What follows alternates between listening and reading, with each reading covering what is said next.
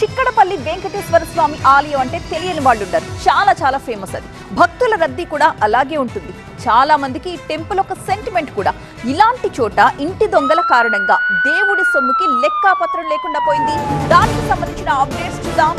చిక్కడపల్లి వెంకటేశ్వర స్వామి గుడిలో భారీ అవకతవకలు జరిగాయి. ఇటీవలి తనిఖీల్లో ఈ విషయం బయటకు రావడంతో ఈవో రామాంజనేయుల్ని సస్పెండ్ చేశారు దేవాదాయ శాఖ కమిషనర్.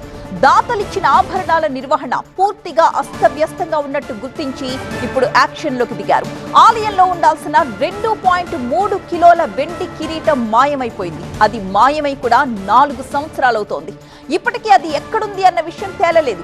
అలాగే ఆలయంలో ప్రసాదం తూకాలో కూడా తేడాల్ని గమనించారు ఉన్నతాధికారులు. ఉదాహరణకు భక్తులకు ప్రసాదంగా ఇచ్చే పులిహోర ప్యాకెట్ 200 గ్రాములు ఉండాల్సి ఉండగా అది 170 గ్రాములకు మించట్లేదు. లడ్డూ విషయంలో కూడా ఇలాగే బరువు తక్కువ ఉంటోంది. ఇదొక్కటి మాత్రమే కాదు, రెంటల్ రూపంలో గుడికి రావాల్సిన ఆదాయంలో కూడా భారీగా అక్రమాలు జరిగినట్లుగా తెలుస్తోంది. రిజిస్టర్స్ కూడా సక్రమంగా నిర్వహించకపోవడం అనేది అనేక అనుమానాలకు తావిస్తోంది. ఇలా రకరకాల అవకతవకలు బయటపడడంతో చివరికి ఈవోపై వేటు వేశారు. మన గుడి ఉంది, మన దేవుడు ఉన్నాడు.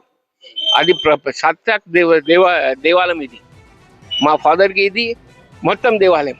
బాలాజీ అంటే బాలాజీ. నేను రిక్వెస్ట్ ఏం చేస్తున్నా అంటే మొత్తం ఆన్లైన్ చేయండి. కళ్యాణం, అర్చన, క్యాష్ ట్రాన్సాక్షన్స్ నీల్ చేయండి. బాకీ ఏం చేస్తారు, మీకు ఏం భక్తులు ఇస్తారు ఆ హుండీలో డైరెక్ట్ చేయండి. అండ్ క్వాలిటీ ఆఫ్ ప్రసాదం కొంచెం ఇంప్రూవ్ చేయండి. అది కూడా బాగా ఖరాబ్ ఉంది. ఇదే నివేదన అంతే. ఇకపై టికెట్ల సేవల్ని డిజిటల్ చేయాలని భక్తులు కోరుతున్నారు. ఆలయం ఒకప్పటిలా లేదని, పూర్వ వైభవాన్ని తీసుకురావాలని కోరుతున్నారు.